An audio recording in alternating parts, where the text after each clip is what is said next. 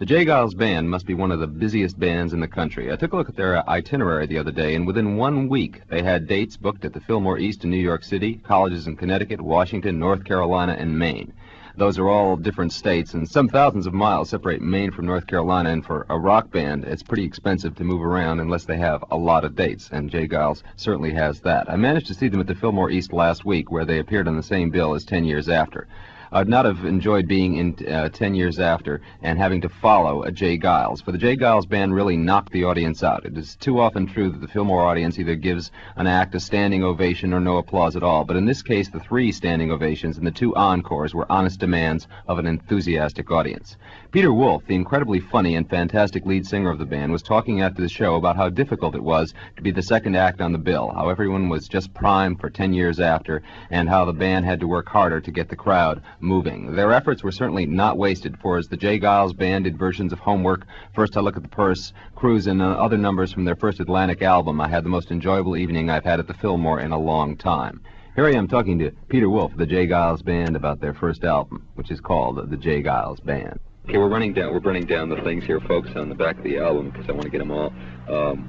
Now, the Albert Collins sort of threw me, you know. I guess Albert Collins and Smokey Robinson, well, you know, Otis Rush and John Lee Hooker. You don't sound like any of these people. I have to point out for anybody who's listening who hasn't heard the album, they don't sound like any of these people, but they have given credit where credit is due, which is an unusual situation since they didn't have to because they don't sound like them. But we learn from them, so like you always got to treat your teachers well. It's an old lesson. So like the first album we try to do is just get the roots together, you know. Yeah. And just kind of show where, you know, we started from, what we're doing in it, you know, and hoping the second one might be a little more. Really can't say until we really do it. Now, Peter, what was the recording situation on this album? Was this done sort of in one breath? Yeah, what happened was Atlantic kind of booked us about 2 weeks, said 2-3 weeks down in New York, and give you time enough to make it. If you need more time, we'll give you more time. And at the end of the 3rd day, we finished it. Did you feel guilty? Well, no, we just kind of, we didn't really know, you know, we just kind of did everything live, meaning that all the vocals and all the tracks were done at the same time. And everything basically was laid down, and except for 1 or 2 little overdubs that we did later on. But basically we tried to do this, you know, the sound of the band, a gig or something. But the thing that was basically happening was we'd do a take, and the producers would say, hey man, it's great. And we'd say, oh no, that's no good, we got to do it again. And we have a little discussion, and we go out and do it again, and we do it again, and then finally they just pulled out the first take, and we listened to it and said, yeah, that's the one we want. What about you in terms of now that you feel like, you know, you've taken the album home, played it a few times? What are your reactions to some of the, you know, like the major tunes? Well, I mean, you know, Wait or Homework or Look at the Purse. I just think it kind of, you know, we were all happy with the album in the sense of representing us. You know, everybody kind of digs the performances that they put down on it. The J. Giles Band. Peter Wolf talking. Earlier in the week, we talked to Peter Wolf of the J. Giles Band, and we're going to do it again right now. Here, I'm talking to Peter Wolf on the phone from Boston.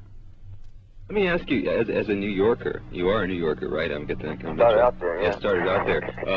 Who has gone to Boston to live and to work, at least temporarily. Are there advantages to like being in a college town? Well, if I was just starting out now in New York, I think it would kind of terrify me, because I really wouldn't know what to do. You know, in Boston it's kind of a lot easier. You know, there's a lot of small little clubs, and just so much more freedom to get the whole thing together. And New York, I don't know, it just seems so negative for someone starting out, because, you know, it seems so senseless. There's really no outlets. There's no clubs anymore, small clubs that people go to anymore. And it's only, you know, concert halls and Fillmore and stuff. You guys are able to, you know, really write what you have to say. Is that a long process of clearing away, you know, everything you grew up with? Well, first of all, thank you, man. And like, I don't know, you know, it's just something that comes. But like, simplicity is deceiving, because you can watch a dancer or listen to a songwriter or something. You say, wow, man, it's so simple. And like you said, you try to reduplicate the thing, you find out, wow, it isn't. It's kind of like, you know, Matisse once said that the fewer lines you use in the painting, the harder it gets. And because each line then becomes so important, you know. And it's the same thing with a song, you know. And I really don't know. We just, just happened to be at the right time in the right place, and we just sat down and tried to put the thing together, I think. Mm-hmm. What's the percentage of ones that we finally hear as opposed to the times and the places that you sit down and try to put them together? Is there a weeding out process? Oh yeah, we get a lot of songs coming up in the rehearsal room, and some of them we send. Some of them we retire to Long Island immediately, and then some of them they say, "Hey, Wolfman, where you been last night?" Or a piano player might come in with a song. Sometimes you get, sometimes it's easy, sometimes it's rough, and sometimes you never ever seem to get enough. That's the way it kind of goes. Peter Wolf of the J. Giles Band. I'd like to thank Peter for talking with us, and I urge you to listen to the J. Giles album and see Peter Wolf perform.